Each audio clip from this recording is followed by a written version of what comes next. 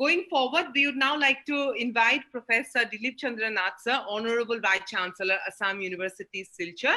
Sir, we would request you to kindly address the gathering. Namaskar. Yes. Namaskar. Can you hear me? Yes, sir. Yes, sir. Yes, sir. Namaskar. Suprabhat. Good morning. First, I offer my thanks to the Allama TR College of Pharmacy for inviting me, and especially the chairman of the USTM and ERDF Foundation, Mr. Mahbubul Haq. Actually, he is a kind of genius, and people of Barakpuli should be proud of him, because the Professor Dr. Tathagata has already elaborated him, so I should not talk. But whenever he invites me, I very difficult to resist, not to say no. And actually, I like to join him also all the functions, but sometimes I cannot because of many things. Now, Honorable Governor of Meghalaya, Professor Tathagata Roy, we heard of him. He elaborated many things, and which is, we should accept many suggestions, as Professor Deepika Dekha already mentioned. And we heard Professor Deepika Dekha also, and this becomes, I like to get many knowledge out of this address.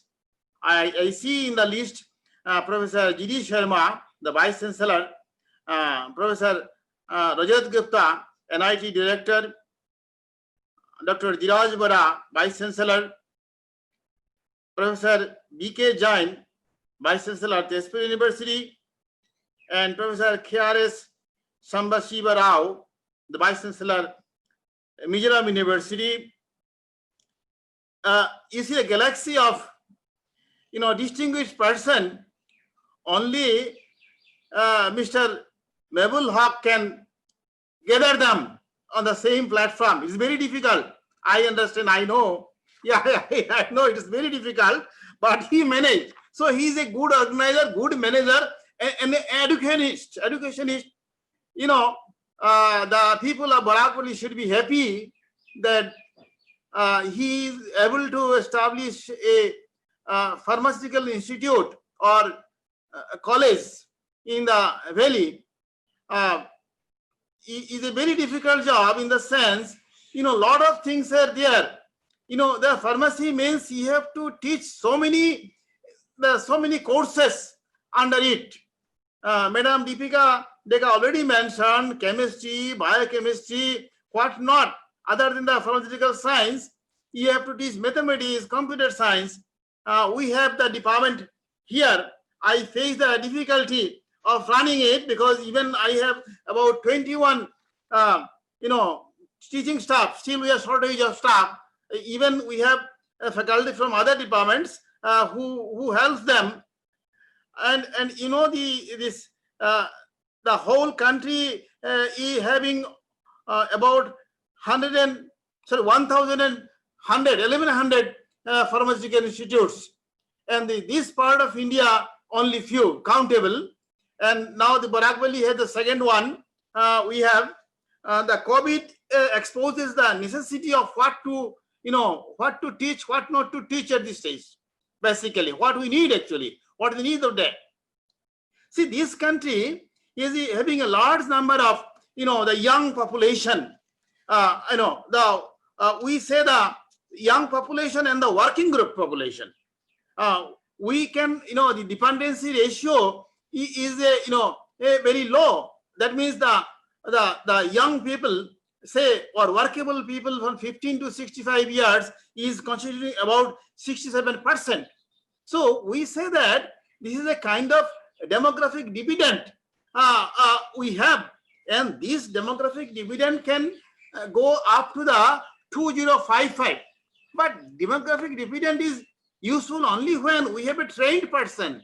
We have a trained person, we have an educated person, not simply literate.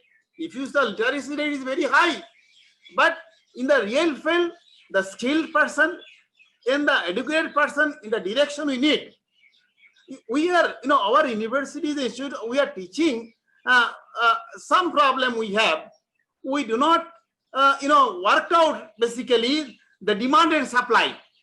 What is the need of the society and what the universities are providing actually. And if you see how many Bengali teachers or Bengali educated people are needed in the master degree PhD level. So what we need actually, we have to understand accordingly. So pharmacy is one such area.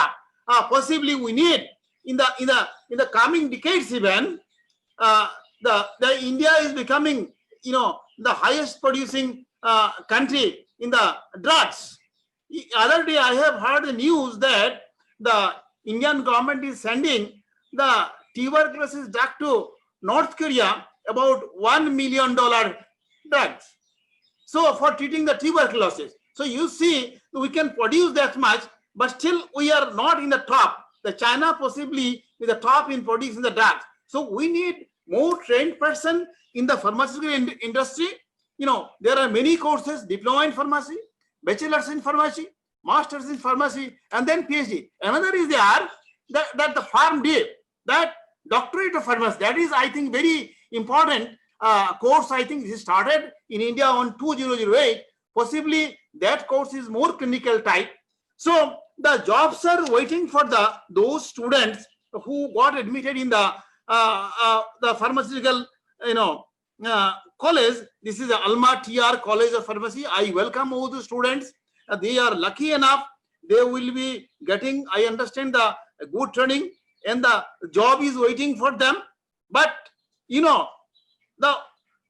our honorable governor told that the communication skill of these regions are very pure, very, very poor communication skill. Even if they know, they cannot communicate.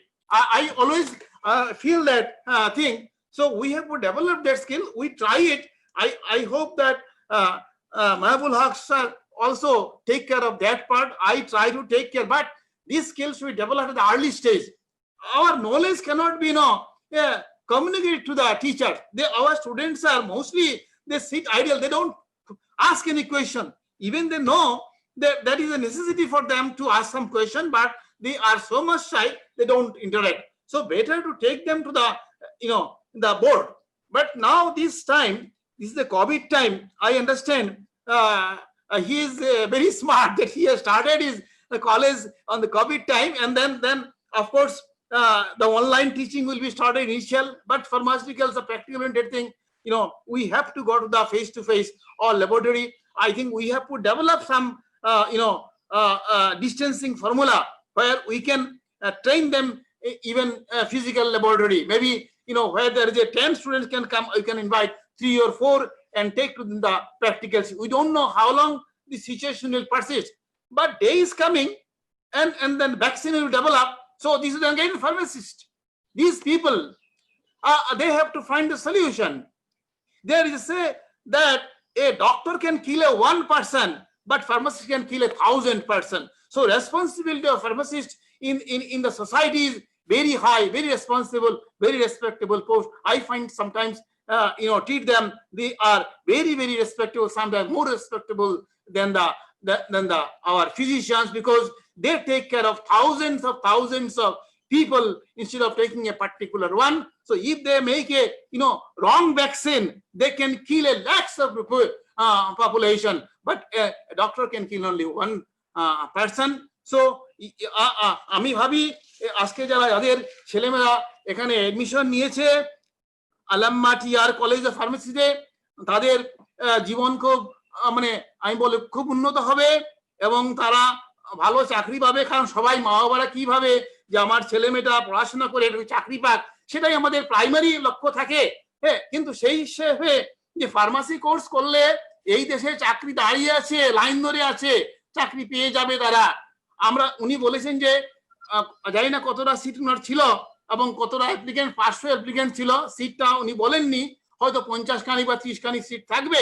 যেমন আমাদের 60 সিটসে প্রায় 600-700 applicants থাকে, ও তার মধ্যে 60 জন আমরা নেই। So it's very competitive.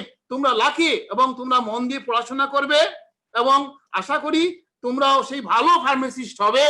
আমাদের দেশে ফার্মাসিস্টের খুব অভাব এবং ট্রেন, এবং ভারতবর্ষ একদিন এই ফার্মাসিস্ট ইন্ডাস্ট্রি ড্রাগ ইন্ডাস্ট্রিতে টপ হয়ে যাবে। এখন যেহেতু বর্তমান সিচুয়েশনে চায়নার থেকে অনেক ইন্ডাস্ট্রি চলে আসছে এবং তারা হয়তো এই দেশেই চলে আসবে। So we need trend person. এবং যেটা বলা আছে demographic dividend will be meaningful only when our students, our persons will be skilled and well trained. I think this is the one opportunity Mr. Mahabul Haq is providing to our students, and specifically the students of this Barak Valley. I think there is some sort of reservation possibly, or I don't know what it is, for these valley students, and those who are unreachable, who cannot go outside, I think they are getting chance. If you feel anything I can help, because we have a school same thing, and actually I was also trying to establish the medical education here. I have submitted DPR, but yet I may not be able to get it done before in my tenure, because my tenure is very short. I hope this pharmaceutical industry and our teachers are here. Sometimes we can have an exchange of teachers also. Maybe I can propose that one, because the teachers are in short in this area. Let us hope that this is a successful venture on the part of the ERD Foundation, and whatever help we will definitely extend our hands to this pharmacy college. Thank you all. Namaskar. Jai Hind. Thank you so much, sir. It's a pleasure always hearing you. We would now like to request Professor G.D. Sharma, Honorable Vice Chancellor, Atal Bihari Vajpayee Vishwavidyalaya, Bilaspur, to kindly address the gathering, sir. Good morning to everyone. Good morning, sir. On the auspicious inauguration of the Allama TR College of Pharmacy, Badarpur, and in that Honorable Governor of Meghalaya, Professor Tathagata Roy, who has delivered such a thought-provoking inaugural address and has given many ideas for the academicians how to improve quality in their institute and help the students so that they can become more employable. Dr. Mehboob Haq, Chancellor USTM and Chairman ERDF and ATCP, who has been continuously taking this interest and motivating others to serve the society, whose journey from zero, as it is known that from 4 students to now thousands of students in different branches of education, which are more relevant to Northeast. Either it is related to legal education or engineering or technical, or now the health related, general education or teachers education. Number of, including the women's, children's, and especially because he belongs to Karimganj, as our Honorable Governor of Meghalaya told, that during the division when Silat has gone to Bangladesh, these our border areas, they opted for India. And since Mehboob Haq and his family belong to this border area, he is having lot of strong national feeling. And I think this is the reason this inaugural function he has selected on Kargil Vijay Divas. Today we know the whole India is celebrating Kargil Vijay Divas.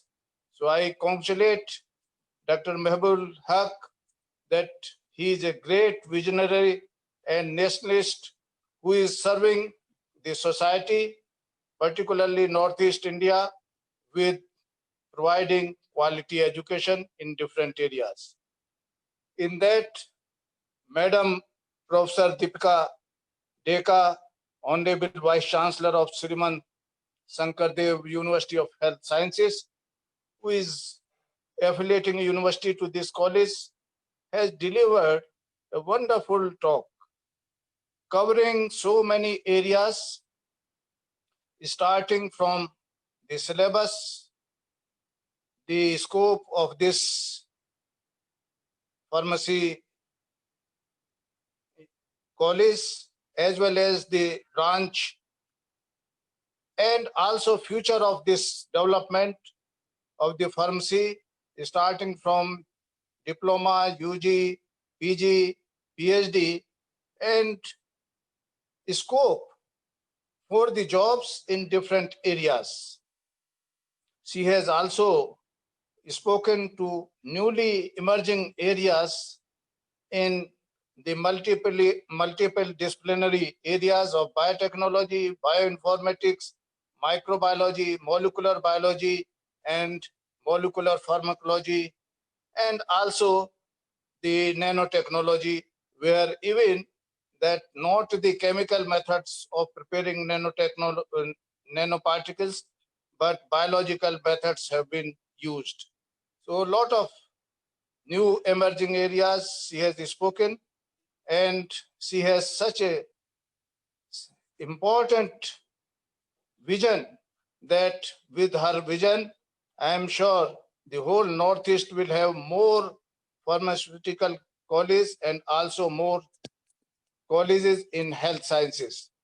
In that, present Honorable Professor Dheeraj Bora, Honorable Vice Chancellor of Assam Science and Technology University, Professor Rajat Gupta, Director NIT Mizoram, Professor V.K. Jain, Honorable Vice Chancellor of Tezpur Central University, Honorable Dilip Channath, who has recently spoken and is Honorable Vice Chancellor of Assam Central University, Silchar, where the first pharmaceutical science department was opened under the Central University system.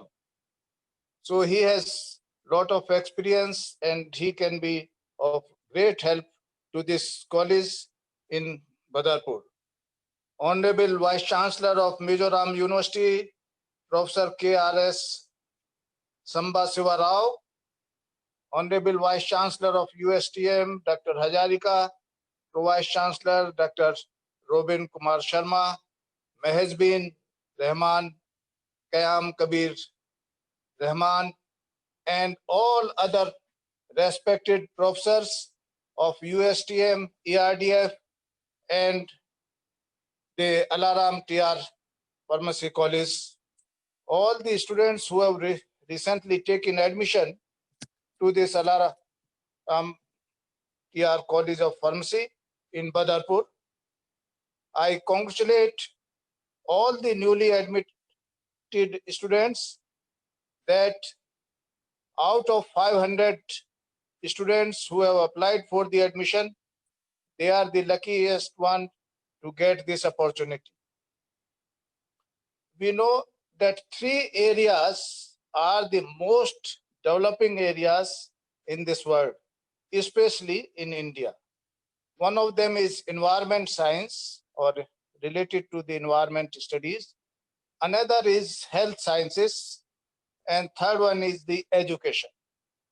Because in education, we are having only gross enrollment ratio 26.3% compared to the developed countries like US, Canada, Japan, where more than 80, 84, 85% people are having higher education. Particularly in Assam, the GR of higher education is even less than our national ratio of 26.3%. So there is much scope for colleges, for universities. When we talk about the health sciences, even in health science, though our India is one of the largest, third in the world in production of the medicine and having so many good quality pharma industries, having so many pharmacy institutions, but when we compare to the population, we are having much less. Even very small countries in Europe, they are having much more doctors per population per thousand. If we compare, we have carried out the study for Barak Valley. We have only one doctor more than 2,000 population. Pharmacist, we have much less compared to other countries. So in this also we have lot of scope for the educational institutions related to health science. When it is having so much scope, why we are not having so many institutions? One important thing is the investment, because institutes or the colleges which deal with health sciences involve a lot of investment. It also involve inviting and getting qualified professors, as well as retention of those professors in Northeast. Then the growth, as Madam Deka said, for PhD and others is not there because of instability of faculty and less modern infrastructure in the region. And therefore, there is a good scope to have the coordinated the MOUs between different institutes and to share the strength of each institute and the faculty, particularly in the emerging areas. Because we have bioinformatics there in general subject, we have microbiology as a general subject, we have biotechnology as a general subject in many universities of Northeast, but we have very less collaboration between the health science institutes and these general universities or the colleges. So there is much more scope, and to enhance the quality by having this collaboration and providing more skill oriented or applied oriented this health sciences. Particularly now, because there is such a great demand of the health scientist in different areas, whether it is clinical pharmacy or pharmaceutics or drug discovery. We know that Northeast is one of the richest in biodiversity. It is one of the richest in traditional knowledge with herbal people. But very less has been done scientifically from health science point of view to utilize that knowledge, because if you go for this knowledge, we find India was one of the first country in the world where written knowledge on the herbal medicine system in Charak Sangita in 6th century was known to the world. But somehow this herbal knowledge was put behind because of the chemical or allopathic medicines developed in Western countries, because the concept of this application of the medicine was totally different, where single molecule was used as the treating of the various diseases. But now we have seen, as Madam also was telling, that lot of antibiotics which were discovered earlier, they have become resistant, particularly in case of tuberculosis and other diseases, that they are not effective. And those antibiotics which are now available in Western countries are either very costly in India or are not available in many cases. So there is such a scope that we also see a quality teaching in early stage of the institute, which is establishing initially to provide the good quality teachers, because we have got the best students out of 500. So to provide the quality education here, we can have the virtual education where we can have MOUs with some of the good established pharmaceutical science institute, both at national and international level, and invite them through the virtual lectures to provide the quality teaching and also motivating our students. As Professor Nas said, that along with this virtual, because it is a practical oriented subject, we also need face-to-face or physical learning. Here we need, that means the blended type of teaching, a teaching which combine both online technology using different class, having Google Classroom, interactive classroom, so that we can reach to the each individual students, and looking his background of the language, as Honorable Governor said, we can enhance the communication skill by providing different kind of the videos, lectures, and also see that the care for each student is taken by the newly established institute, so that it will produce a new pedagogy. Because initially it is important that we empower our students with knowledge, scope, as well as how they can be more enterprising, how they can create their own business, and those medicine systems which are traditionally available in the region, how they can bring out the scientific knowledge out of that, having collaboration or having their internship in pharma industries. So at least one semester internship should be made compulsory for each student in different pharma industries, whether it is Ayurvedic or it is the antibiotics industry or producing other medicine system.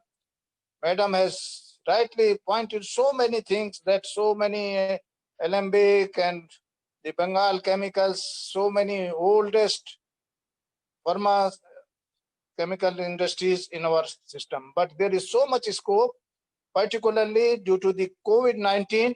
It has also given a lot of opportunities to produce a quality sanitizer, also to see that duplicate medicines which are finding lot of market. It is known that nearly 40 to 30% market is occupied by duplicate medicines.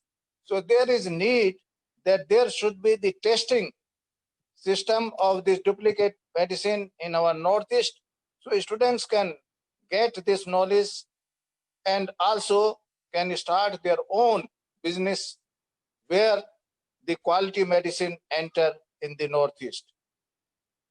So assurance of quality as well as clinical part of this pharmaceutical study is very important. Some of the basic things which we need to emphasize is related to those emerging areas, particularly the, after Madam said, Human Genome Project, a lot of more than 23,000 genes are known which produce this protein, and how this protein interact with different molecules. So the scope for bioinformatics is emerging as one of the area for the pharmacist and medical scientist, where they can study the interaction of these molecules with protein, different type of protein, the structure, the architecture of protein, and how this knowledge can be applied. So these emerging areas need to be strengthened as specialization. So when the students complete their graduation, they can go to different specialization in their master degree, so that they can ultimately go for PhDs. Because if we see, there are very less number of PhDs in pharmaceutical science, in health sciences, particularly in the applied health sciences. And therefore, some of the diseases still remain unknown in Northeast. So there is a need that at least data bank of those diseases of Northeast related to the climate, or we can say in relation to the lower Assam, the Barak Valley, the upper Assam, and the hill states where climate varies from tropical to subtropical, the disease occurring in those areas, a data bank is needed, so that this data bank can help in reducing those specific diseases which will be more effective compared to other parts or dry land or other countries of the world. Their doses and other things can be determined. Because of this humid environment in Northeast, most of the things, there are multiple microbes which work synergistically. So how to deal with such kind of problems, where they also synergistic effect, having synergistic effect on our immunity, particularly when some of these bacteria and viruses which find suitable environment, which is going on now, starting from March, April to September, nearly 6 months environment is very suitable for various kinds of diseases which are caused by a number of microbes.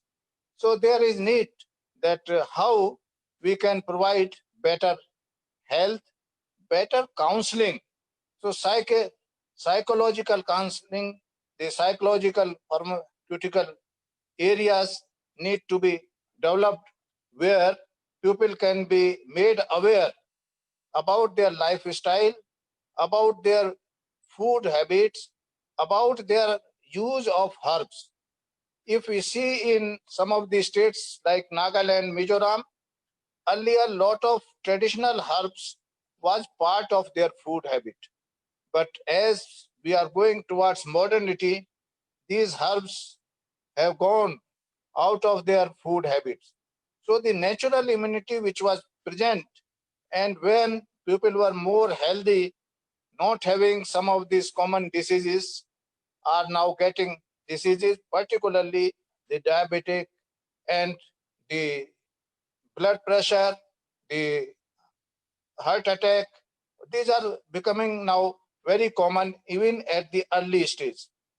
So these things, lifestyle diseases, can also be taken care by the pharmacist, so that there is a need that we create a new our existence, uniqueness in the pharmaceutical institutes. Though the Pharmacy Council of India, they have the defined syllabus. Taking that syllabus, we need to add the value addition.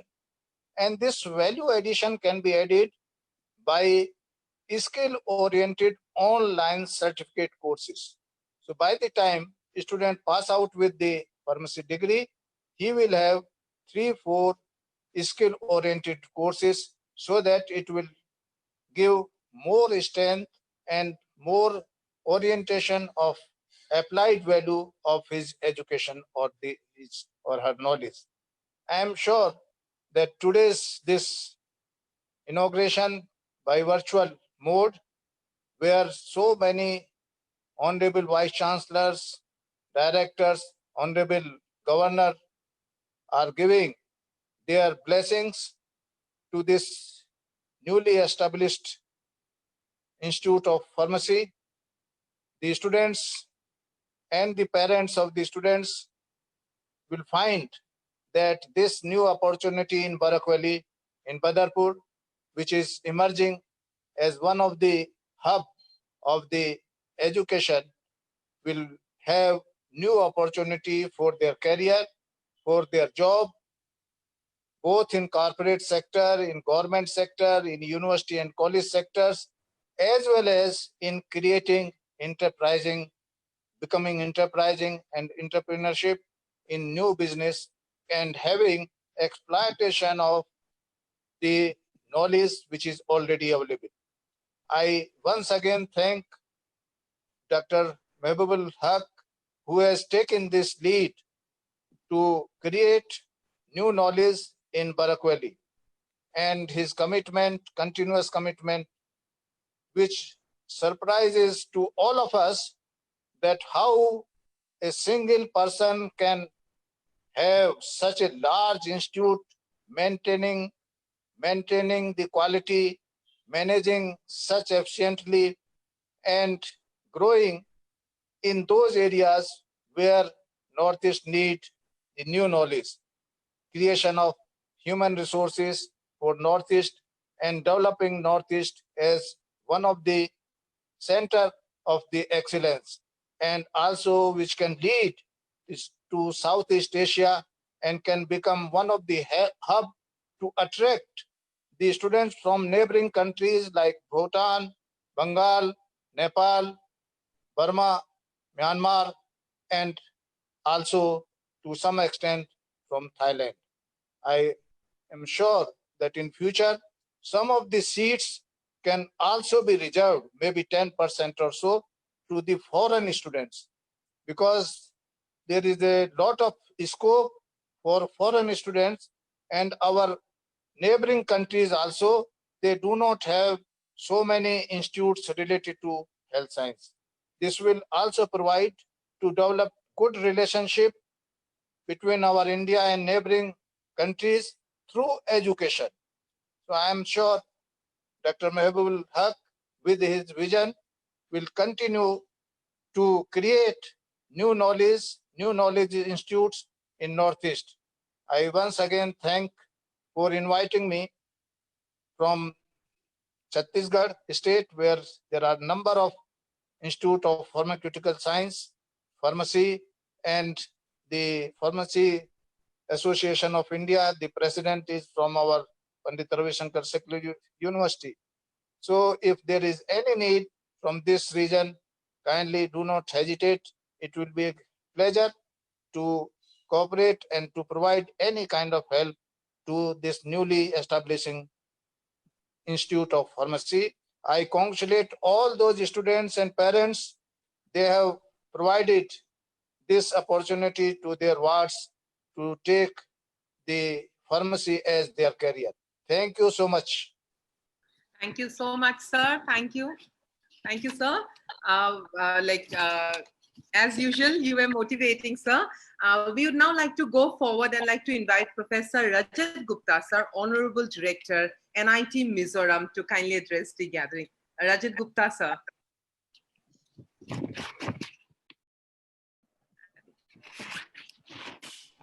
Professor Rajat Gupta, sir, we request you to kindly address the gathering.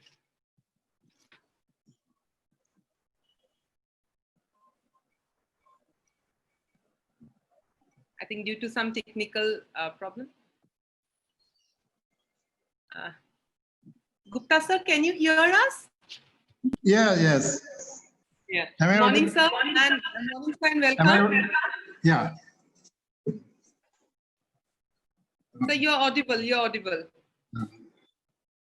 Professor Tathagata Roy, Honorable Governor of Meghalaya and Chief Guest of today's program, Mr. Mehbubul Haq, Honorable Chancellor, USTM and Chairman, ERDF,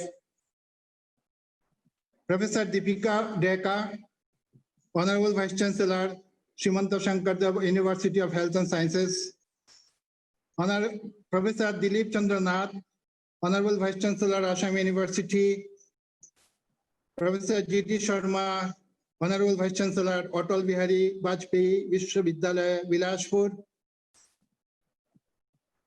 Dr. Dhiraj Bora, Honorable Vice Chancellor, Assam Science and Technology University. Professor Binod Kumar Jain, Honorable Vice Chancellor at Teshpur University. Professor KRS Subramanian Rao, Honorable Vice Chancellor, Mizoram University. Other dignitaries, my dear students and parents, very good morning and namaskar to all of you.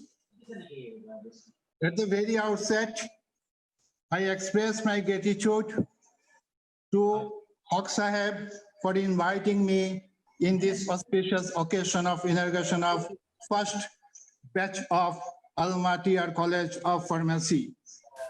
It is a matter of great joy that this college is situated at Badurpur in the district of Karimganj.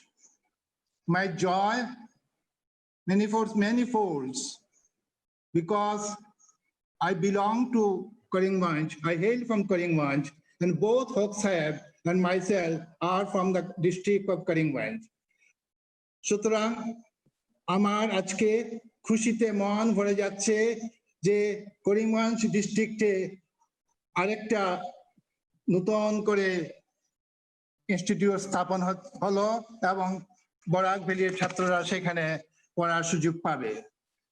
Mr. Haq Saheb, an education entrepreneur with an MCA degree, he started his journey in 2001, you all know, with only 4 students, and now he can boast of more than 8,000 students from KG to PG to PhD. Salute to him. And this particular venture is the 12th venture of ERD Foundation. The most striking part of this ERD Foundation is that they take care of the unprivileged children. Meritorious unprivileged children get special concession and fee waiver for their education. It's a great job doing by Haq Saheb for the upliftment of the underprivileged. He has the vision to open up 10 more CBSE affiliated schools, 5 B.Ed colleges and medical colleges too.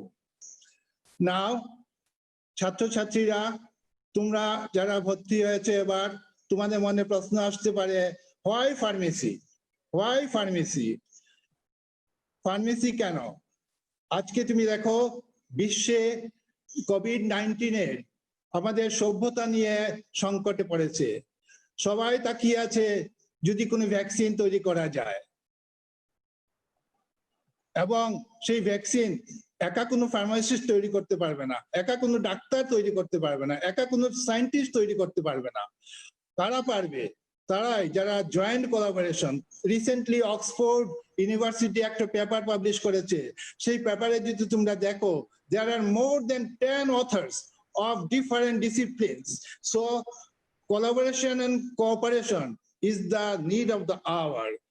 সুতরাং এই যে pharmacy কেন পড়বে, আজকের দিনে যে health care sector, তার সবচাইতে বেশি প্রয়োজন হেলথ কেয়ার সেক্টরের যে বিপন্নতা। সেখানে আমাদের বিশাল দেশে মানুষ বিপন্ন। আজকে আমাদের ডাক্তারের সংখ্যা একজন পেশেন্টের around 1500 পেশেন্টের এগেইনস্টে একজন doctor. As per the WHO regulation, it should be 1:1000. আমরা অনেক পিছিয়ে আছি। সুতরাং এবার তুমি ফার্মাসি বিভিন্ন রকম স্কোপ আছে, সেটা অলরেডি প্রফেসর ডেকা বলেছেন। Now, India has the unique distinction of having the first pharmacy college in Asia that was established in Goa in 1842. In 1842. In 1842, Goa, the first pharmacy college was established in Asia by the Portuguese. In India, in 1932, Mahadev Lal Sharaf, called the father of pharmacy education in India, started a pharmacy college in Banaras Hindu University. Now the journey is going on. Now next question may come. তোমাদের কাছে ছাত্র বন্ধুরা, তোমাদের কাছে ছাত্রছাত্রীরা, তোমাদের কাছে এই প্রশ্নটা আসতে পারে, Why? What can I do with a pharmacy degree? What can I do with a pharmacy degree? Professor Deka খুব সুন্দর করে তোমাদেরকে বলে দিয়েছেন যে বিভিন্ন রকম স্কোপ আছে। হ্যাঁ, আমি রিপিট করব না, শুধু এটুকু বলবো যে D pharma, B pharma, M pharma, PhD in pharma, অনেক রকম স্কোপ আছে। চাকরির ব্যাপারেও বিভিন্ন রকম স্কোপ আছে, যেমন drug inspection, pharmacist, pharmaceutical marketing, manufacturing sector, medical devices, quality control, research and teaching তো আছেই, medical data analysis। এছাড়াও তোমরা এমবিও করতে পারবে। এছাড়া এমবিএ ছাড়া তোমরা এলএলবিও করতে পারবে। এলএলবি করলে তোমরা আইপিআর ল, প্যাটেন্ট ল সম্বন্ধে এক্সপার্ট হবে। সুতরাং অনেক রকম স্কোপ আছে। সেই pharmacy education in India is mainly regulated by two statutory bodies, that is Pharmacy Council of India and AICT। কিন্তু হক সাহেব, আমার একটা বিশাল প্রশ্ন এখানে, যে AICT has approved so many engineering colleges. Now you see so many engineering colleges are getting closed because there is no job in that sector, and there is students are moving to other areas also. So most important part to me is that imparting quality education. হক সাহেব, আমার বিনীত অনুরোধ আপনার কাছে, এই quality এডুকেশনের কাছে কোনোভাবেই আপনি সারেন্ডার করবেন না। কোয়ালিটি এডুকেশন সবচাইতে যেটা প্রয়োজন সেটা হলো qualified dedicated faculty members. I am sure with your dedication you will get the qualified dedicated faculty members to impart the quality education. Being a member of the core committee of NBA, I know that NBA accredits these pharmaceutical colleges also. Now, recent NIF ranking যেটা হয়েছে, সেটা NIF ranking is also a very important part. NIF ছাত্র বন্ধুরা তোমরা পরে জানবে, national institute of ranking framework. সেখানে basically 5 broad parameters এর উপরে সে র্যাঙ্কিং করা হয়। সেটা হলো টিচিং, লার্নিং এন্ড রিসোর্সেস, সেটাকে সংক্ষেপে বলে TLR, research and professional practice, graduation outcome, outreach and inclusivity and perception. 2020 তে যে র্যাঙ্কিং হয়েছে, 75 pharmaceutical colleges were ranked, এবং প্রথম র্যাঙ্ক যে হোল্ড করেছে সেটা হলো Jamia Hamdard of Delhi, second Punjab University, third National Institute of Pharmaceutical Education and Research Maheri. এখানে with great pride I can say that National Institute of Pharmaceutical Education and Research Guwahati has ranked 11th among all pharmaceutical colleges in India, and Dibrugarh University has ranked 35. So এখানে আমাদের ভীষণ খুশির ব্যাপার যে north ইস্টের মধ্যে দুটো university আছে যারা এবার র্যাঙ্কিং এ আসছে। এবং এখানে I am sure with the dynamism of our Haq Saheb that he might have made a vision. যদি vision নিশ্চয় করে, and his team for inviting me to say a few words in this inaugural program. Thank you very much. Thank you so much, sir, all the way from Mizoram. Thank you so much, sir. With this, we would like to end this first session, and we are starting the new session immediately, because in the next session we will be having the talks by Professor Jiraj Bora, sir, Honorable Vice Chancellor, Assam Science and Technology University. We shall be having hearing from Professor Vinod Kumar Jain, sir, Honorable Vice Chancellor, THP University. We will be hearing from Professor Rao, sir, Honorable Vice Chancellor, Mizoram University. So we are really grateful that Professor Dilip Chandra Nath, sir, Professor G.D. Sharma, sir, Deepika Madam, Rajat Gupta, sir, and a host of others have joined us. We are going forward. We would now like to request Maulana Yusuf Ali Sahab, the Honorable Amir Shariat of Nadiatur Tamil of Northeast India, to kindly address the gathering. Sir, if Dr. Mahibul Haq, I think he's with you, you can switch on the video and the audio.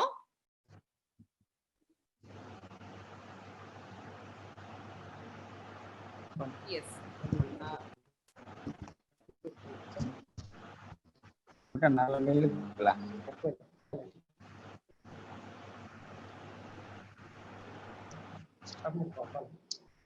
Honorable Governor of Meghalaya, Sri Tathagata Roy,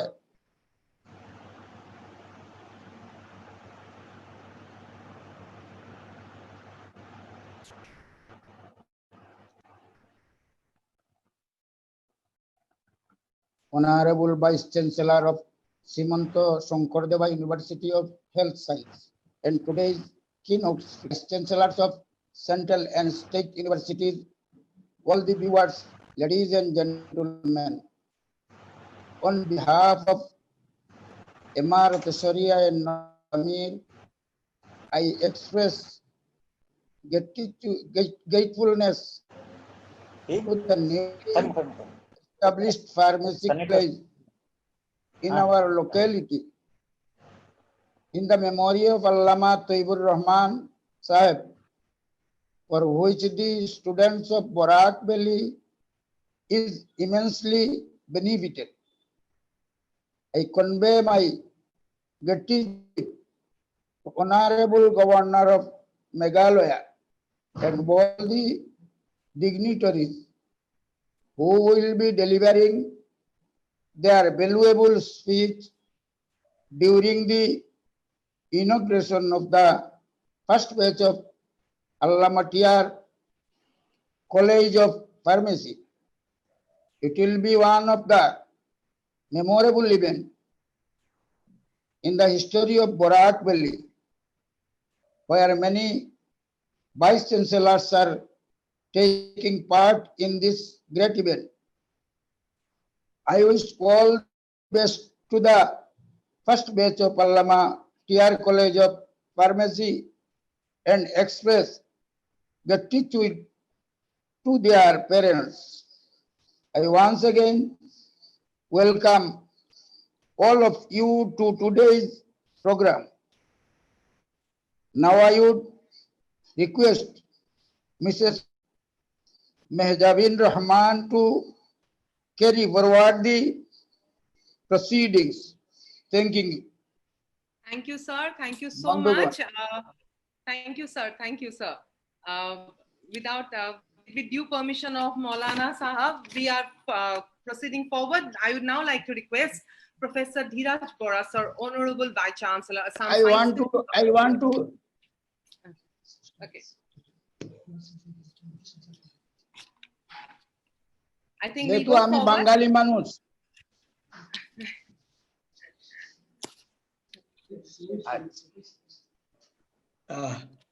Am I audible? Yes, sir. Yes. So I think we will request Professor Dhiraj Bora, sir, Honorable Vice Chancellor, Assam Science and Technology University, to kindly address our gathering and speak on research approach in science education. Sir, over to you. Good afternoon to all of you. Good afternoon, sir. Honorable Governor of Meghalaya, Sri Tathagata Roy, the President of today's function, Maulana Yusuf Ali Sahib, Honorable Chancellor, USTM and Chairman, ERDF and ATCP, Mr. Mahbubul Haq sir, all the esteemed VCs of state and central universities in and around Assam and the Northeast who are attending this function, other distinguished guests, faculties, and students. It's a great pleasure to be present in such an august gathering of learned educationists and a very special occasion, the virtual launching ceremony of the Allama College of Pharmacy in Badarpur is another feather in the cap of ERDF. I would like to congratulate Mr. Haq, Chancellor USTM, and his team for doing such a great job in holding a meeting with so many people around the whole Northeast with such difficult situation. Let me now talk little, before I go and talk little on the research approach in science education, science and technology education, let me tell that pharmacy is also a technical subject, and therefore I'm actually very happy to attend the function as a representative of the first state technical university, that's the Assam Science and Technology University, this meeting. Now at this hour of this unique pandemic, study of pharmacy, science has assumed more greater significance, and addition of a pharmacy college in the area where we do not have one is most welcoming in the field of pharmacy study. All of us, we are aware, our keynote speaker as well as our chief guest had said a lot of words and a lot of details about pharmacy as a subject. Now, pharmacy of the world, India is known as, it is very well known in many of the platforms all over the world. Even in the earlier times, many occasions, India has been able to supply effective medicines at affordable cost to the world.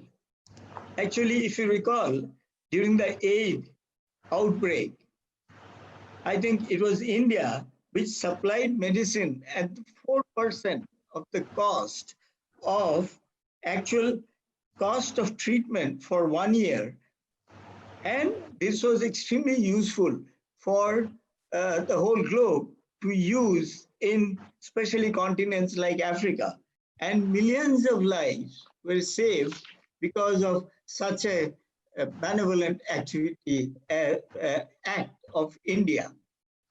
India continues to manufacture and supply reasonably priced medicines, diagnostic kits, and many, almost all of them are of international standards, and these are for many different diseases. The novel coronavirus outbreak, this is a crisis the world is facing probably in the last, in the last whole century. This is the first time they are experiencing such an outbreak. The scientists world around are working to find out a medicine and different vaccines to save us from this pandemic, coronavirus pandemic. The steps what we are taking right now, these are currently for delaying the spread of the disease and management of the affected patients. So we are finding out new ventilators, new diagnostic kits, vaccines, management techniques, therapies, IT solutions, all these kind of medicines, all these are being developed. But I think our keynote speaker had told us something on the intellectual property rights, which one must be aware of. So intellectual property, the way we are generating, we must be able to protect it. Now, in the past, we have seen there have been conflicts regarding IP rights of such issues, actually. There have been declarations, as our keynote speaker also said, about of World Trade Organization, and public health has been always a priority in these declarations. Now, emphasis we need on access to afford medicines which are being made, which are being produced. Now, recent developments have shown that WTO may no longer be preferred as the right forum to handle these issues.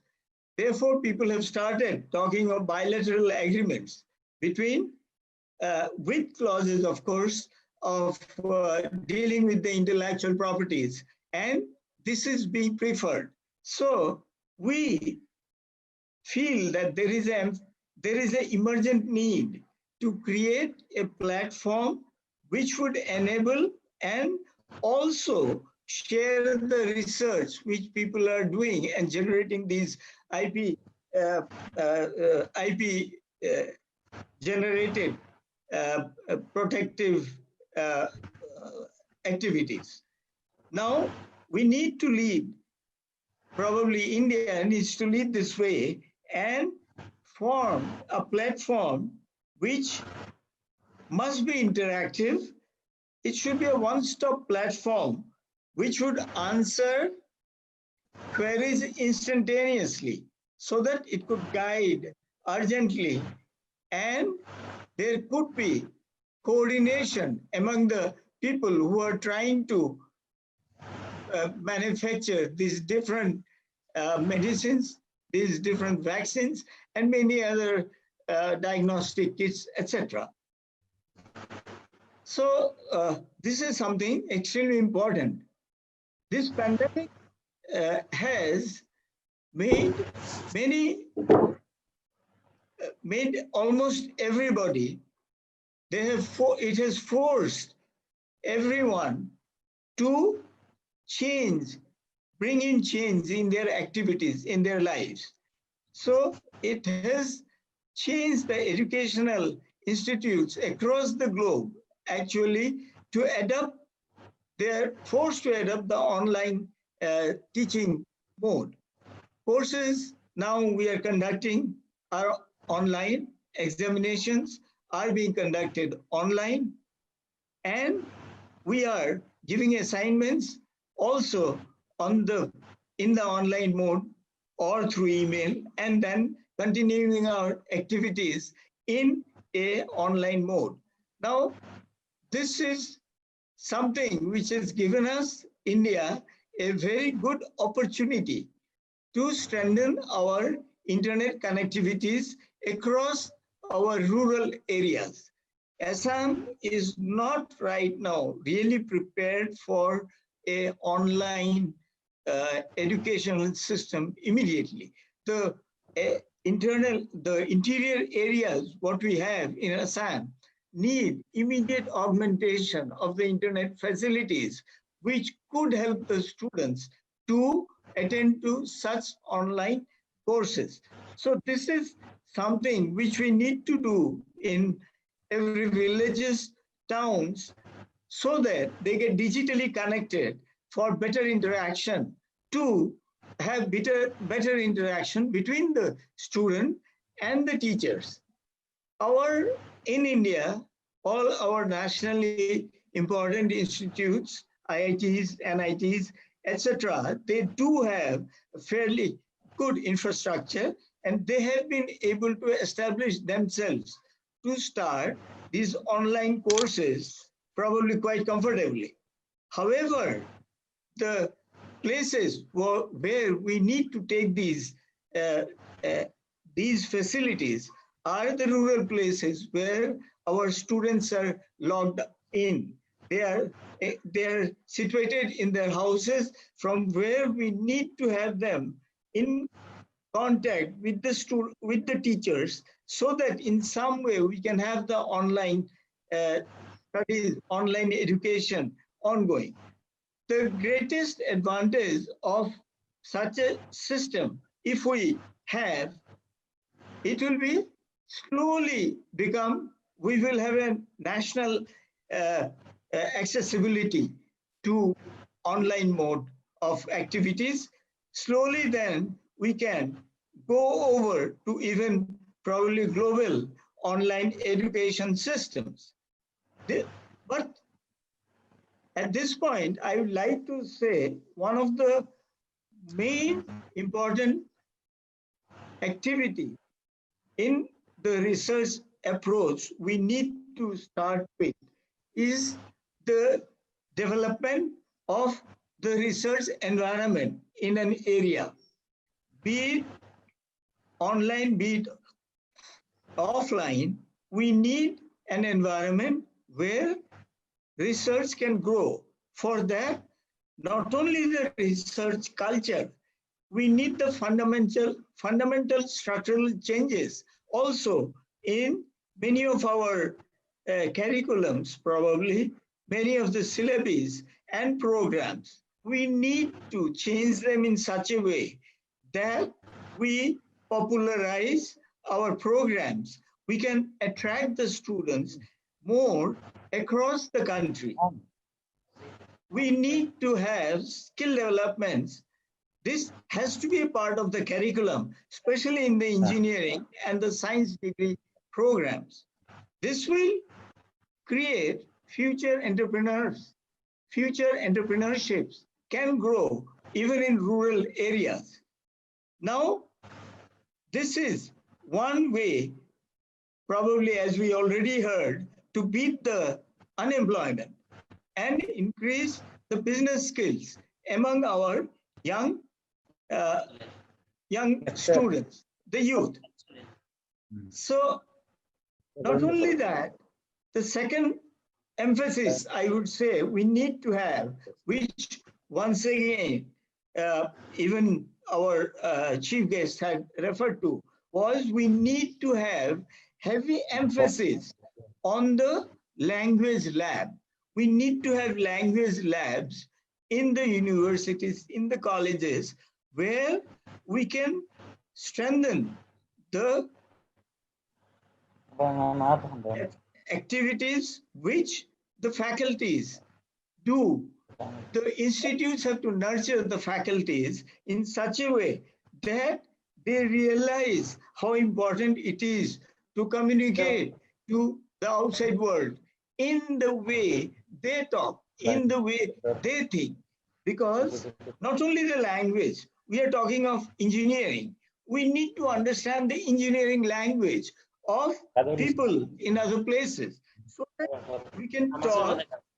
So finally, what does it tell us? It tells us that our faculties, we need to change the mundane way of teaching so that the students get interested, they become more interactive. We try to adapt to the evolving technology-centered teaching. The faculties should establish themselves with such competences that the students would love to talk to them, because then they would be able to deliver to the students what they expect. So this is something very important which we need to have in our mind while we talk of research approach in technical and scientific education. Whether we had started some of these activities before the COVID pandemic started, now we have a chance. We need to go ahead with these activities. Higher education in India, and in particularly in the Northeast, we need here to be more, we should try to become more nation-oriented than international. Therefore, we need to be more flexible. Our curriculums, we need to bring them up to a standard where flexibility exists. We should be able to have innovations built in, embedded into our curriculums. And they should be open for more collaboration. Collaboration is the buzzword of today. We need to collaborate so that we can go forward in a way where we help each other. Because now the activities have become so multidisciplinary that one himself just cannot go forward. In this, I would say that the new curriculums have brought in the CBCS mode of courses. I think this is very useful because once you have a choice-based system, the student can select his subjects, he can learn the subjects. If he feels that it is being taught, some of the chapters of a particular subject, let us say, is being taught in a better way in another university close by, we should have this facility of interacting with others so that we can collaborate. We basically bring in more knowledge to our students. The government of India has established a SWAYAM platform in which the MOOC courses are put up.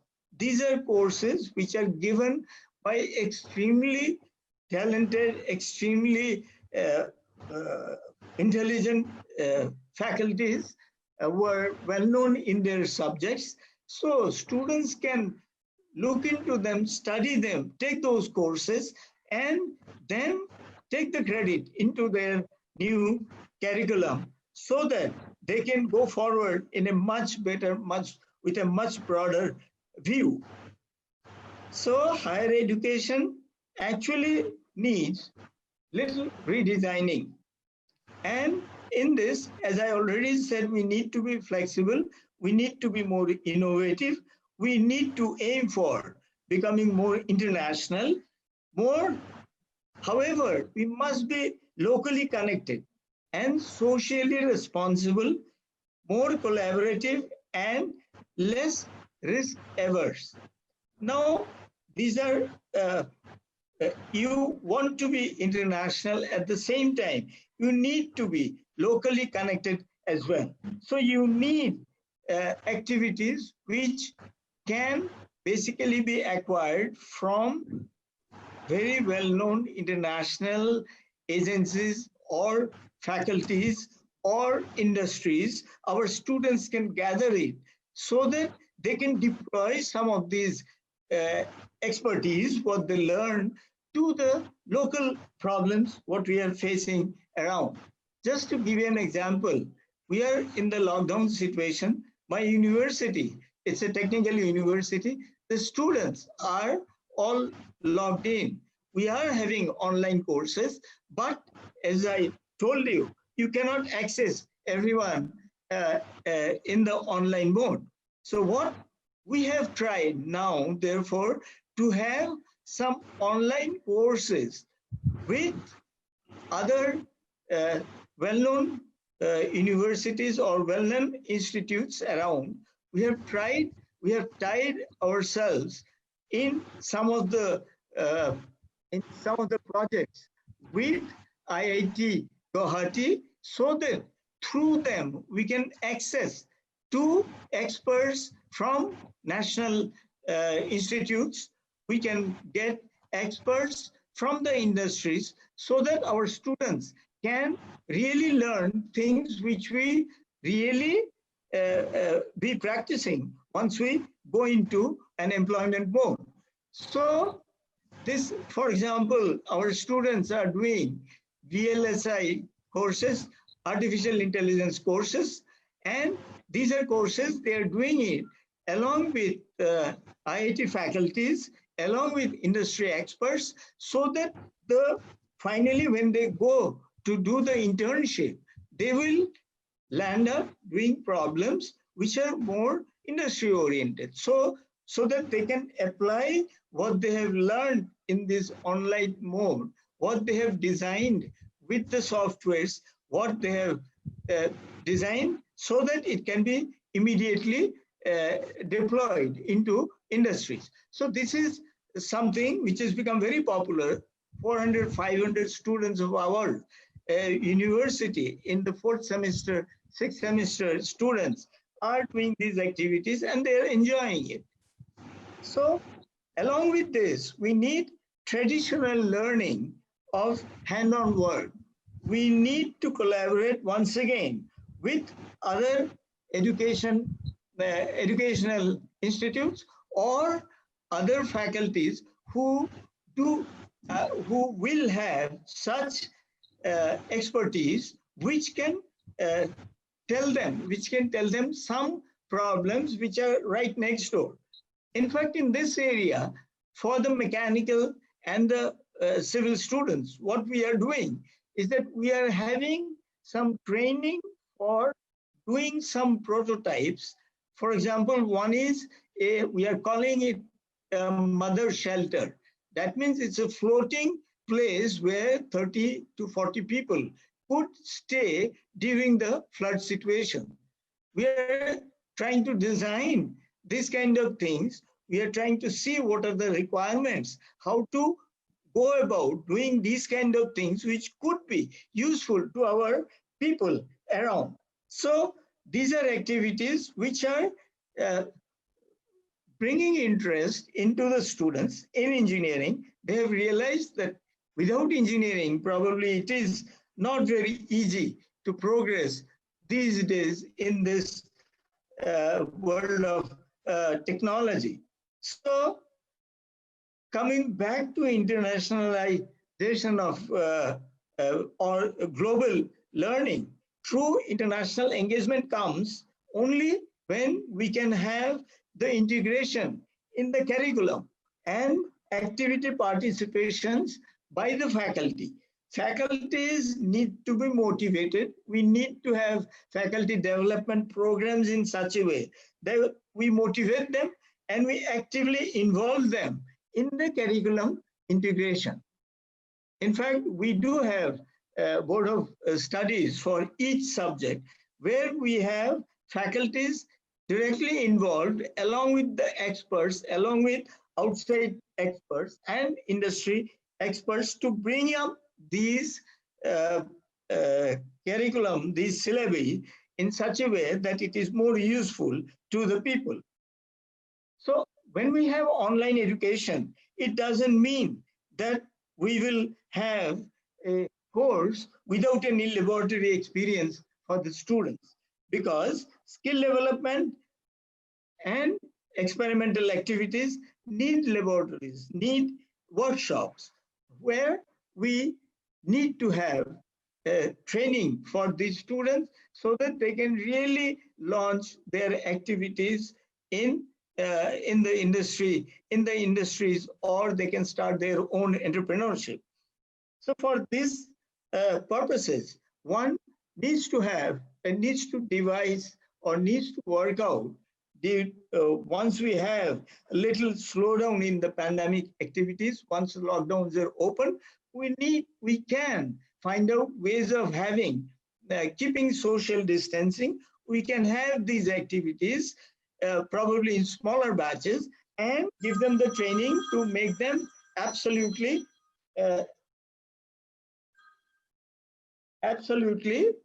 ready for the industries. Now, for this, we need to have projects which we need to discuss. We need to have brainstorming. We need to talk about these in such a way that we do have a platform where we talk about our work, discuss things, and do useful research such that we can have value addition to our work. We can publish our work in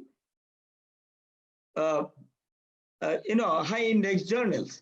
Therefore, transformation of our work to valuable publication would be another point where I would say we need to concentrate to have our research approach coming up with in a positive way.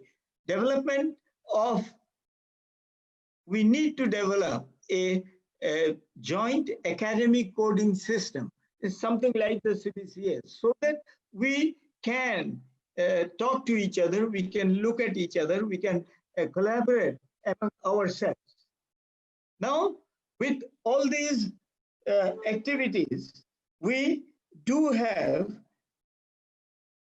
things. For example, we are talking of now very many different ways of approaching education, not only online mode.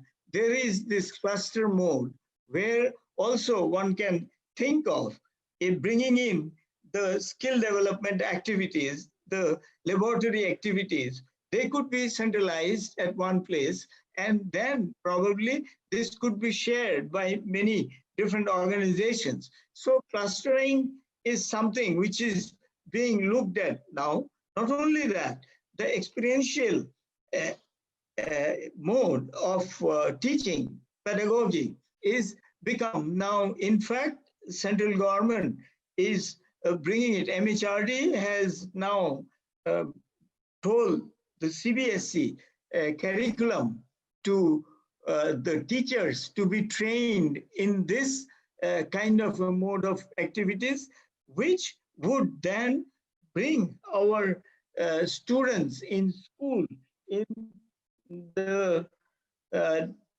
will be able to then we can talk of the so-called development of the science, technology, engineering, mathematics, STEM based courses. And this would bring in the research culture. This will bring in the research culture in the young people in such a way that they will seamlessly merge into the higher education system, where we are already talking of having such activities. So this should basically, this research culture is a good indication for the creation of employability avenues as well. Without the essence of research culture, the youths of the state, I'm talking particularly for Assam, our industries cannot progress. And then we cannot talk of our Modi's recent slogan that be vocal to local with the local conditions. So there are many ways we could bring in changes into our approach of research in science and technology so that our students become more useful to the society. We are then talking of, finally, we must have a guidance of different agencies so that all the educational institutions would also will be able to make provisions to conduct a study for better management, better marketing, better technical support, packaging, design, everything can be taken care of. And our younger generation will be ready for employability. They will be employable. Right now, they are not employable, although they are well educated, literate. So I would say that then we must be able to, once we have these kind of changes coming into the higher education, we must have a proper academic audit, which we must be able to do across the board. And everybody goes through an academic audit to see that what we do is useful for our society. Now, post COVID-19, we have, therefore, it is giving us an opportunity to transform the higher education system. Our institutes, universities, all of them should be able to utilize the opportunity it has given us to transform ourselves. Let us try to transform ourselves, change not only our curriculum design, the collaborations, the skill development, the faculty involvement, all should be focused in so that we can come on an internationalizing of higher education mode, so that the so-called Washington Accord, which India signed in 2014, will be a grand success. And then all our students will be employable wherever we want, because it is a global, not only for education, even for all marketing, for business, everywhere. It is a global market, actually. So our product will be ready for the global market. So I think I will not take much time. We are already running late. Therefore, I thank once again the ERDF,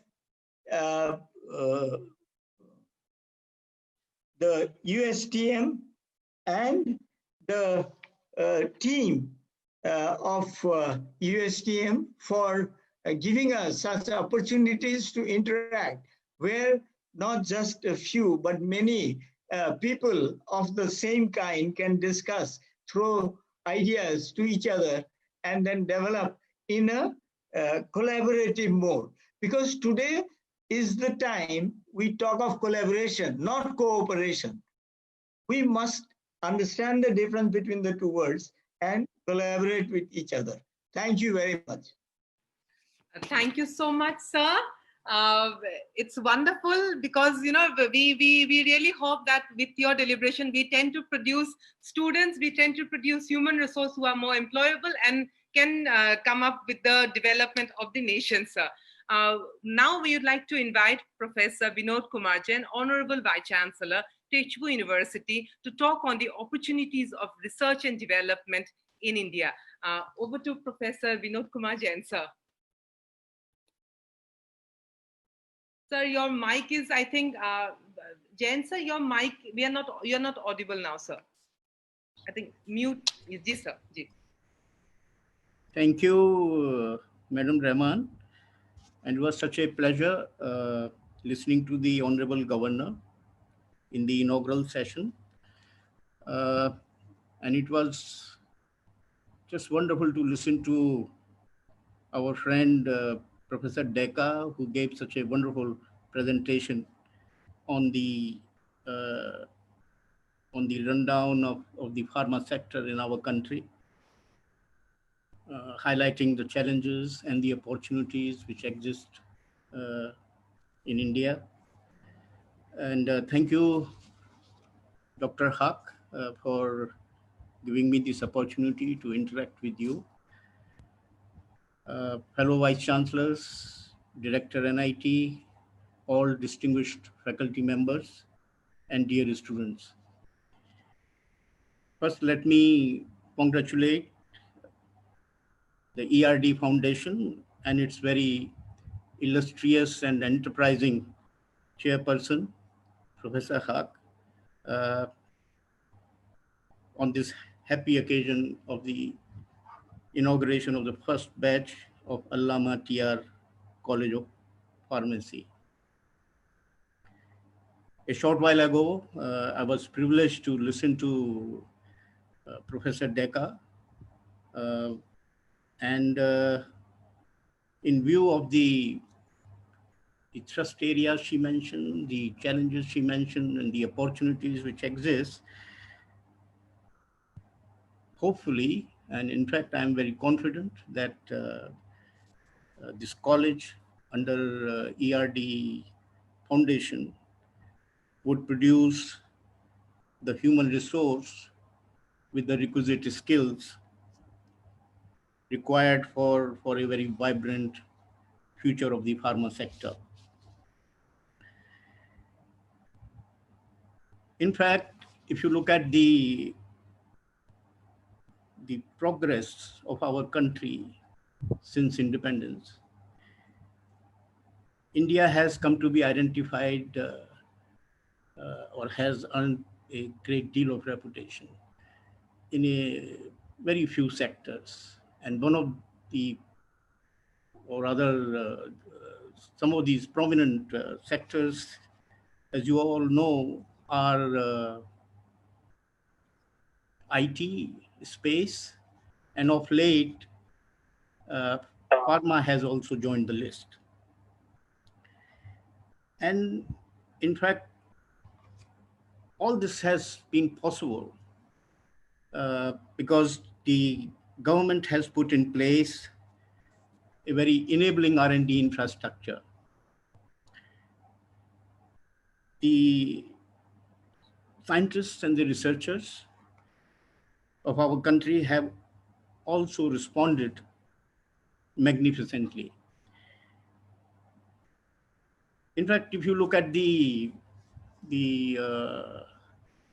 government's initiatives to promote R&D in our country, it is reflected from the kind of spending which the Indian government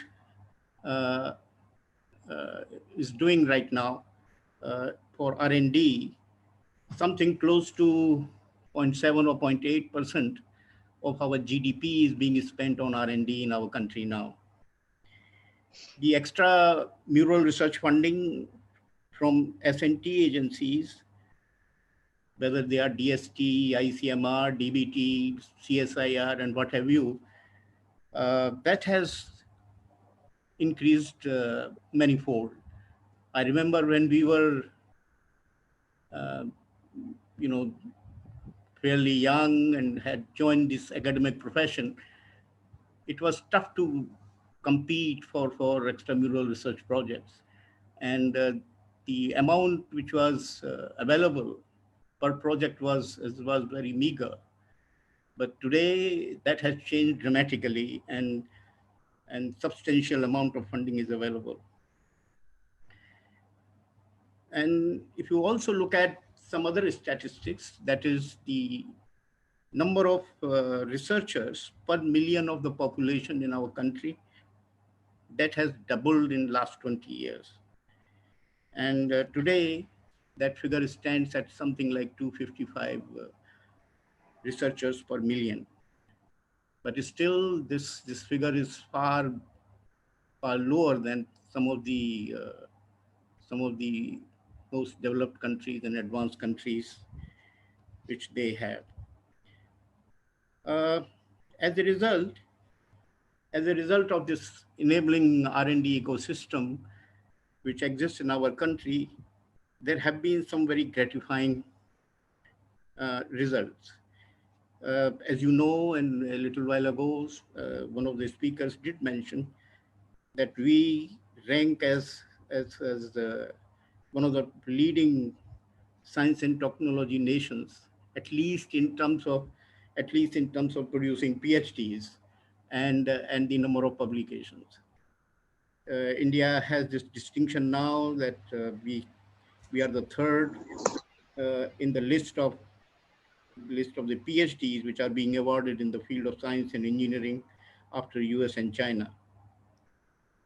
In terms of publications also, we are in the top 10, depending on which database you consider.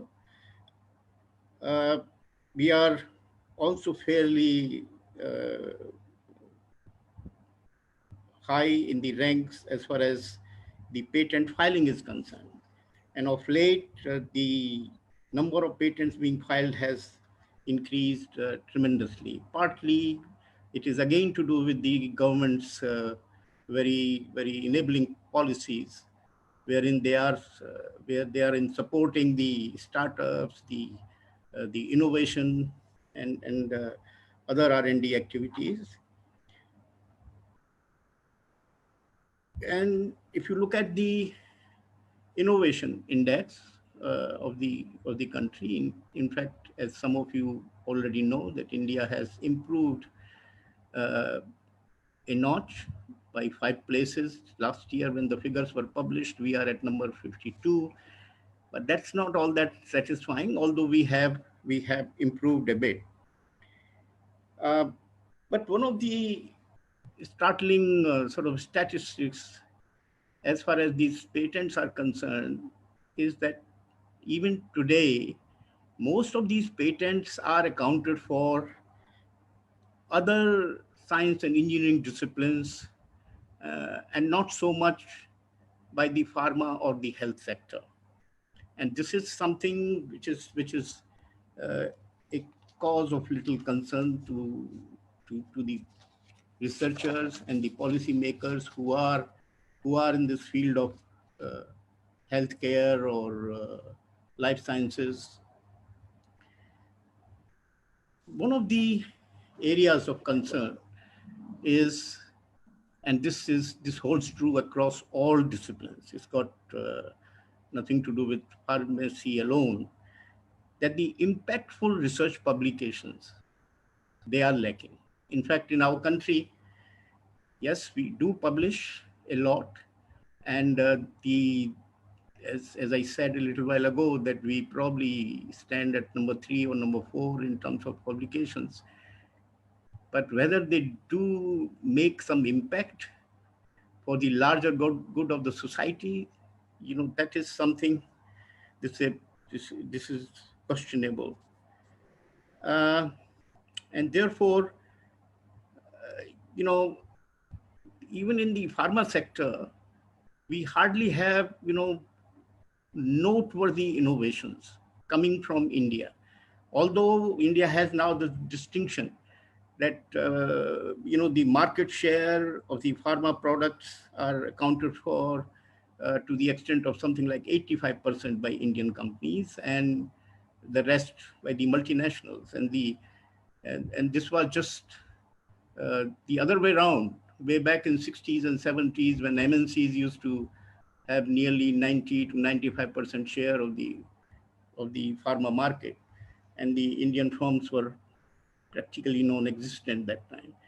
But one of the success stories as far as the pharma sector is concerned has been that some of these SMEs, some of these small industries which were set up some decades back, now they have really grown to massive size, and they are, in fact, now, as Madam Becca also mentioned, the the the exports from India, especially of the generic drugs, has really um,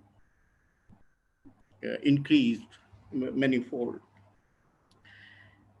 All this has happened because now we have a very strong world-class manufacturing base and highly skilled manpower. And in fact, the liberalization of the economy after 1990 or so, and the conducive policies of the government and the IPR regime, actually quite a bit was said by Professor Decca about this intellectual property rights. In fact, that intellectual property rights regime was also a trigger as far as the manufacturing of these drugs and other pharma products is concerned, that actually enabled Indian industry to come of age.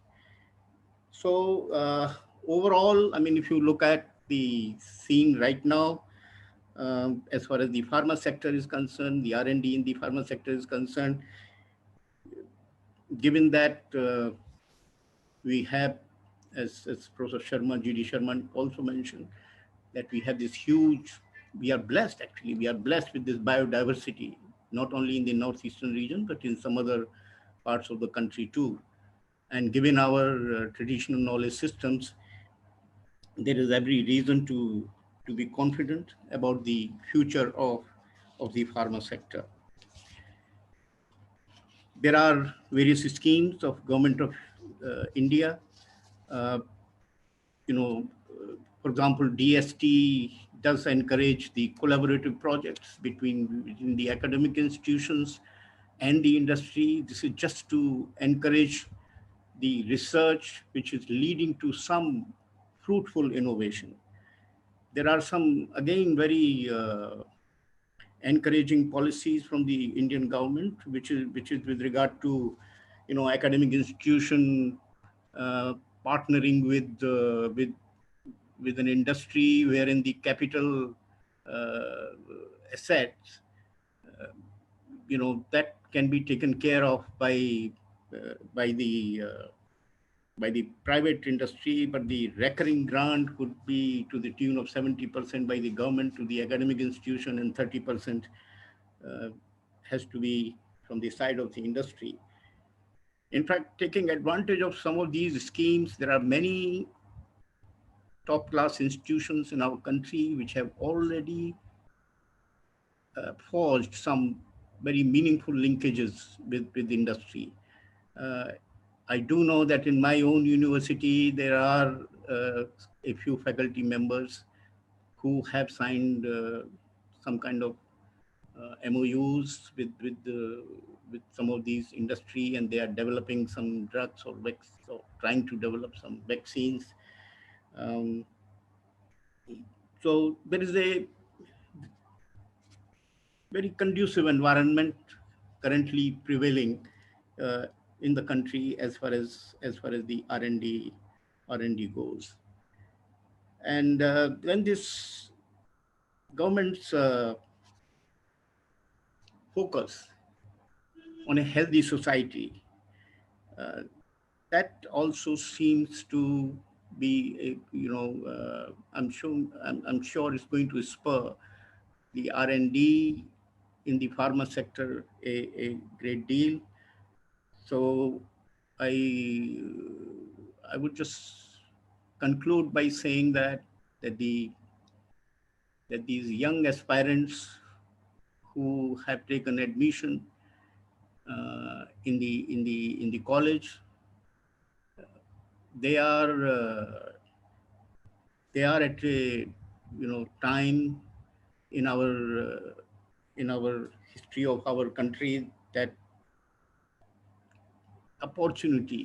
huge opportunities exist before them to be part of the growth story of the pharma sector. So with these words, I congratulate the ERD Foundation and its wonderful chairman and this entire team, and wish them all the very best. Thank you so much. Thank you, sir. Thank you, sir. Thank you, sir. Over to Hawk, sir. Thank you, Professor Jain sir. You are not only Vice Chancellor of Tezpur University, you are my personal mentor. I can remember when we are there in the Sylhet together, then you are giving the health tips for me. Aksab, aap apna health ka khayal rakhega, aapko bahut kaam karna hai. Still, I can remember, very few people give this such kind of advice when we are talking about education, this and that.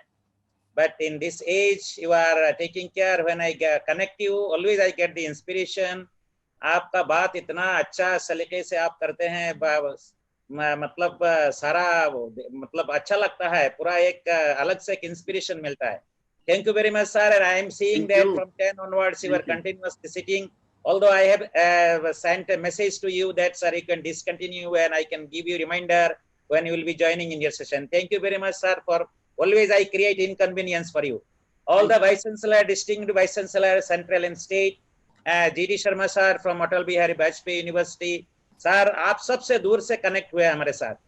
Although it is a virtual, we are all in different locations. लेकिन सबसे दूर जगह आप छत्तीसगढ़ में बैठे हुए हैं और हमको कनेक्ट किया है. आप बराकबली में बहुत टाइम स्पेंड किया है. आप सिलेटी लैंग्वेज भी जानते हैं, समझते हैं, Assamese भी समझते हैं. You have spent entire life in the Northeast, and I am waiting that you must coming back to our Northeast again to serve. Vice Chancellor of Assam Science and Technology University, Professor Dhiraj Bora sir. Thank you, sir, for giving your spacious time, and you always give the kind of instigation towards science and research and technological aspect. We will be working together. We will be signing MOU with you, and certainly under your able leadership, we will be working together in the field of research. I am very grateful Director NIT Mizoram, who hails from Karimganj. I am also from Karimganj. So sir was always become emotional when he is getting and seeing any kind of development in his own district. Thank you very much, sir.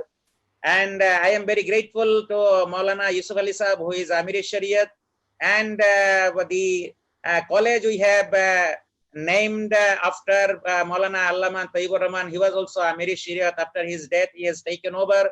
And for your valuable speech and joining in this session, it is very much encouraging.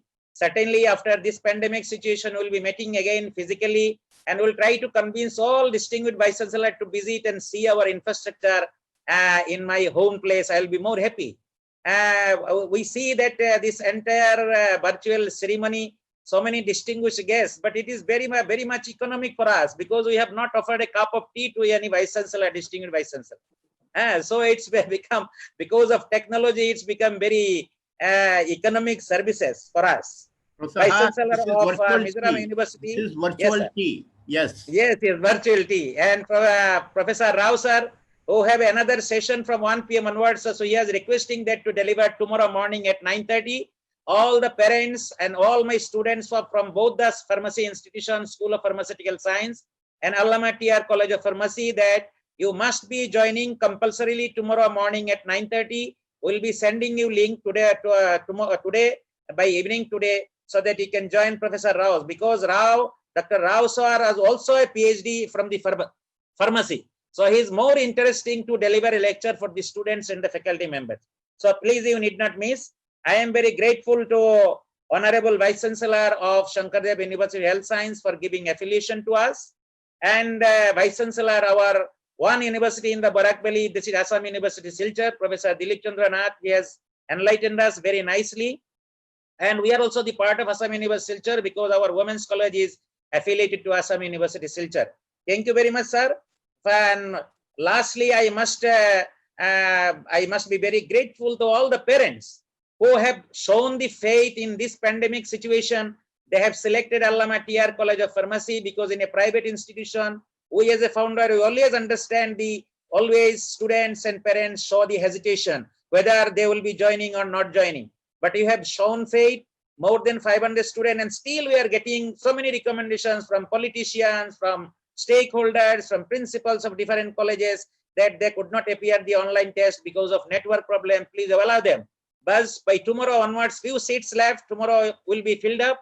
And from tomorrow onwards, our classes will be started. Already our timetable has been circulated among the students.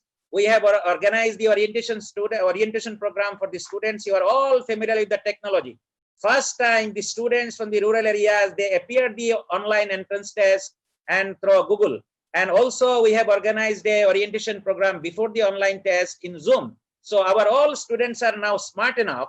And so many parents are saying that we are not familiar with all such things, but students, they have downloaded in their mobile and they have connected us. I am very grateful to all the parents, all the students, and especially my salute to the principal who hails from Bangaigaon, joined in the pharmacy college and staying in a small house there nearby the college in this pandemic situation. And he has provided all kind of information. Dr. Mohibul Haq, that I am very grateful to you, although you are young, but you have done excellent services to the students community of Barak Valley. One-to-one you have connected. Thank you very much. We'll be meeting again physically when everything will be normal, and there will be another program in the campus. And my dear students, you have joined Allama TR College Pharmacy. I must say, you are all lucky students. 7 vice chancellors, director, and the governor. You have listened everyone how they are talking about ERD Foundation, the contribution ERD Foundation. I think you are all blessed students. We never seen when we are studying a guest is coming who is delivering lecture for motivation. Today you have listened, you are listening from 10 a.m. onwards. Professor Jain sir, who is one of the busiest vice chancellor in the Northeast. You are knowing the Tezpur University's position. Sometimes it comes in the second in the country, sometimes it's come in the 5th. So we must entire Northeast community, we must feel proud. It is one of the young university, I must say, at the time of Assam University, Silchar was set up, but at what reach they have already excelled. So I must congratulate Jain sir that you are really a mentor for USTM. We have a collaboration with your university, and certainly your guidance is very much important. Thank you all the students. Thank you all the viewers who have seen the program in the news live, who have watched the program in the Facebook pages, Allama TR College page and USTM page. We have seen more than 45,000 viewers in the channel itself. So thank you very much for passionate learning. We'll be meeting soon, and all our students are requested that you must be very much punctual in your attending classes online, and certainly we'll come up with the strategy by the beginning of September how 5 to 10 students can come to the laboratory and can do, because you are all local students from Barak Valley. I have seen 2 or 3 students from outside, otherwise all are from Barak Valley. So it will not be difficult. We'll provide the buses and you will be coming 5 to 10 students, but there must be a permission from the higher authority, because without this, even 5 students cannot come for such kind of things. So we are waiting for that. We'll be taking permission. Don't worry for that entire things, because we have to convert all challenges into opportunity. And today you have seen that before 20 minutes, we got a call from the Meghalaya Raj Bhavan that there must be a national anthem. Within 10 minutes, we have arranged the national anthem. So I am very much thankful to our team who have today is Sunday, but the entire technical team is supporting us, and it became a very good ending. Thank you very much. Have a nice day. God bless all of you. And certainly you will be invited for our foyer. We'll be offering lunch. We'll be offering dinner. We'll be offering a specialty of Barak Valley when we'll be meeting together at Allama TR College of Pharmacy. Thank you very much. Thank you. Thank you so much, sir. I think we are coming to the end of this session. I'm really grateful to all the panelists, all the distinguished guests today. And before we end, I would like to request all the students that we will be sending the link by today evening, as Honorable Chairman Sir has said. We will be attending Professor Rao Sir's speech or talk tomorrow morning at 9:30. So we will meet everybody tomorrow morning at 9:30, and we shall be joining again with Professor Rao Sir. With this, we end today's program. Thank you so much.